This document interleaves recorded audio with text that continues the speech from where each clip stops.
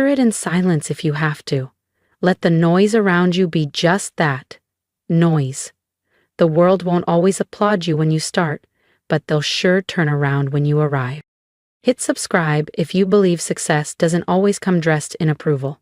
Follow along, I'm not done building yet, and if no one's ever said it to you before, let me be the first. You are worth betting on.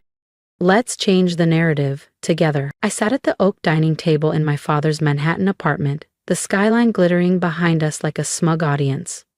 Across from me, my brother, Jordan Whitman, was in full performance mode, his hands slicing the air as he recounted the details of his latest victory. The acquisition closed at $50 million, 0 cents, he said, lifting his glass with the same arrogance that used to win him applause at prep school debates. Whitman Solutions is now the fastest-growing logistics software firm in the Northeast. I'm Nadia Rivera, 33 years old, and according to my family, I'm the artsy one, the hobbyist, the failure they can't quite figure out. Jordan turned to me, his grin practically rehearsed. "And what about you, Nadia?" he asked, tilting his head. "Still playing with that, what do you call it, net frame?" "NetForge," I said calmly, taking a sip from my glass of water. I never drank during family dinners. Too many slip-ups happen when you're not sharp. Jordan snorted. "Right. Still making websites for Etsy shops and bloggers, huh? That's adorable." Our stepmother chimed in, ever the mediator. "Everyone has their own pace, dear. Jordan just happened to find his early. Nadia is building something too, I'm sure." They had no clue what NetForge really was. No idea that behind our nondescript co-working space in Soho, we were building next-generation infrastructure for quantum encrypted data. We'd just signed contracts with 3 federal agencies, and yes, 2 of Whitman Solutions' biggest competitors were on our client list. But Jordan was the golden child, Ivy League valedictorian, MBA from Stanford, the family's pride and investment. My father co-signed his first funding round without blinking. He never even asked what I was working on. "I heard about your new encryption tool," my dad said to Jordan, beaming. "Truly game-changing. Industry-leading." I swallowed a smirk. Our engineers had exposed 2 major vulnerabilities in that exact tool last week. We'd sent a discreet advisory. It was ignored. Jordan leaned forward, eyes gleaming. "Anyway, tomorrow we announce our biggest merger yet, historic even. Can't say with who, obviously." He flashed a look in my direction. "I doubt NetForge deals with NDAs. Web design shops usually don't." I smiled. "You're right," I said. "We usually don't, but this one was different." Their puzzled expressions were still etched on their faces when, the very next morning, headlines broke across every major outlet. NetForge acquires Whitman Solutions in $120, 0 cents strategic merger. Jordan never even saw it coming. My phone buzzed gently in my lap. A message from Ava, my COO. "Everything's set for tomorrow. Their board approved the terms. Want me to send final paperwork to legal?" "What was that, sweetie?" my stepmother asked, noticing my glance down. "Just a client issue," I replied with a smile. "Small business web stuff. You know how it goes." Jordan snorted. "Oh, I remember those days. Hustling for $50 logos and fixing broken contact forms at midnight." He sipped his Merlot, smug as ever. "But I always thought bigger." I typed back without looking up. "Send everything. Meetings at 9. I emailed. Let them know we'll need their final signatures in person." The truth about NetForge was tightly guarded. On the surface, we were a boutique development agency. In reality, we ran one of the most advanced cybersecurity and digital intelligence networks in the eastern U.S. Our actual headquarters took up 3 floors of a high-security building in Midtown, staffed by over 200 of the top minds in behavioral AI, encryption architecture, and corporate defense strategy. Our clients included defense contractors, Fortune 100s, and, ironically, 2 of Jordan's biggest rivals. But that wasn't the most satisfying part.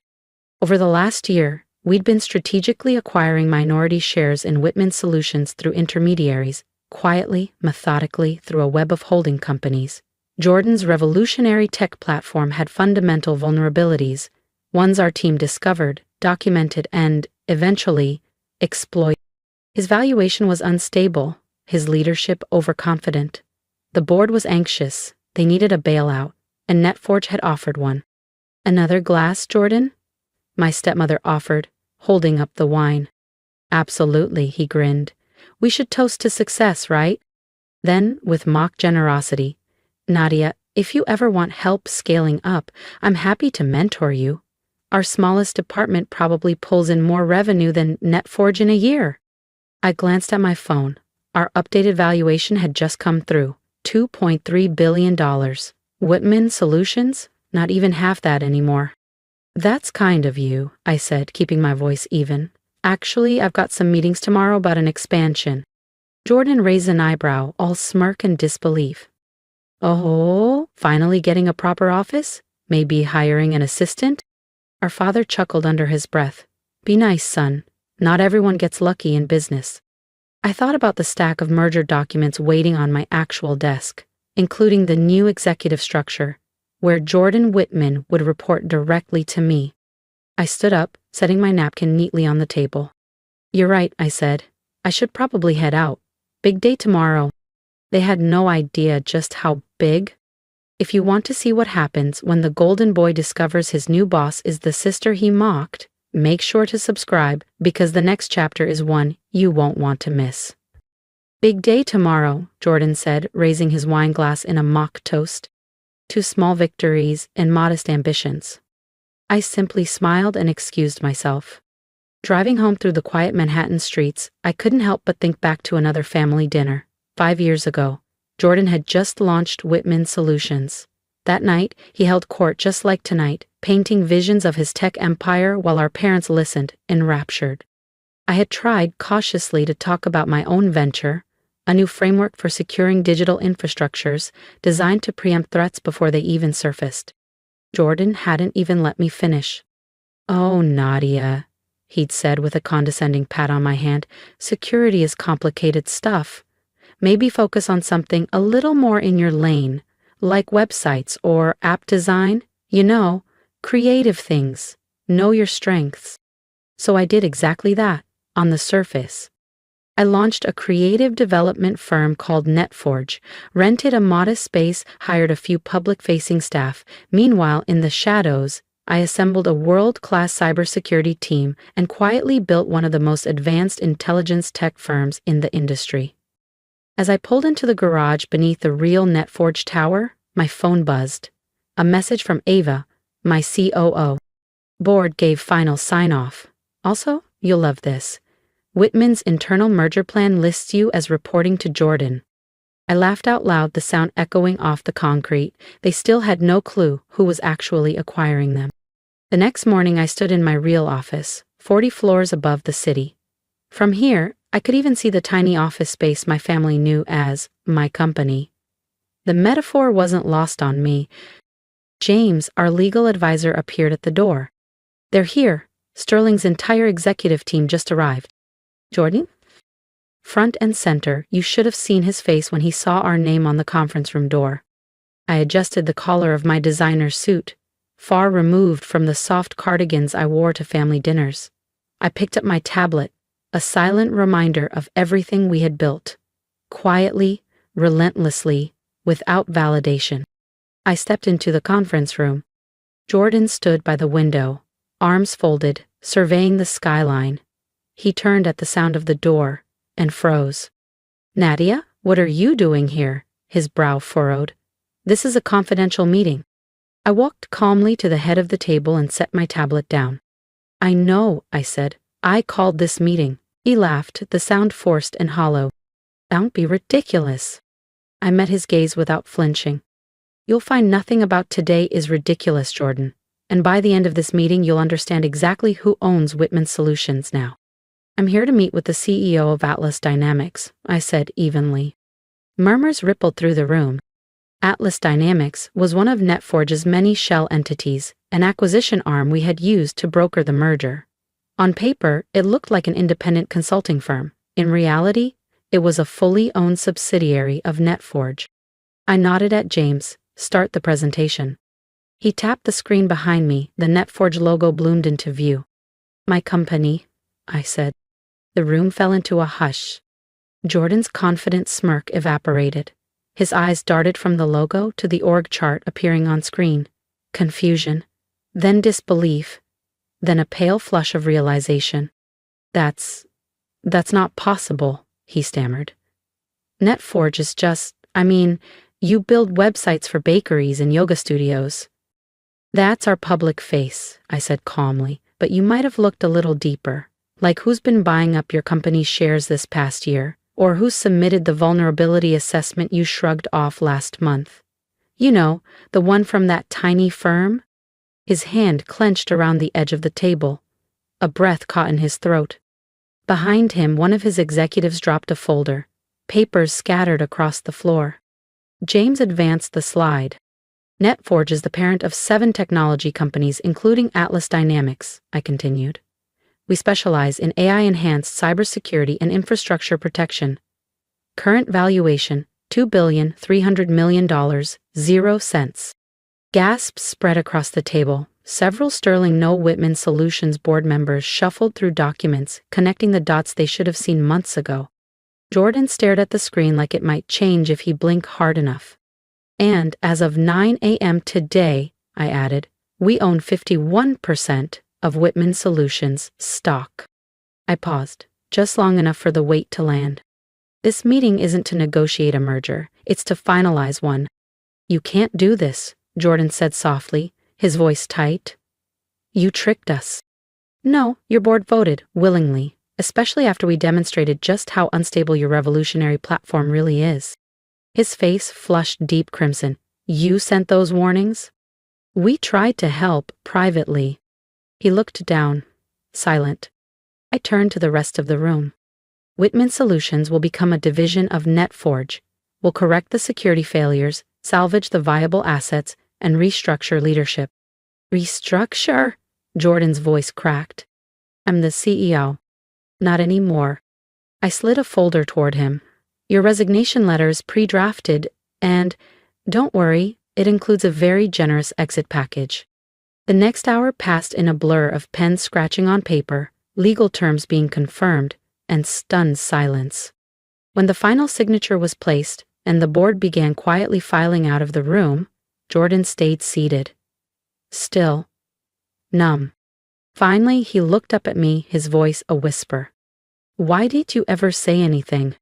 I met his eyes, calm, certain, because I didn't need to prove anything until now. Why? Jordan asked finally, his voice raw. Why go to all this trouble? Why pretend to be small? I leaned against the edge of the conference table, crossing my arms.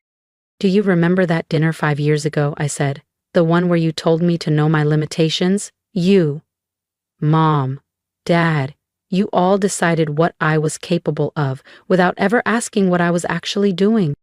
So this was revenge? His tone was more defensive now, the weight of the morning starting to sink in.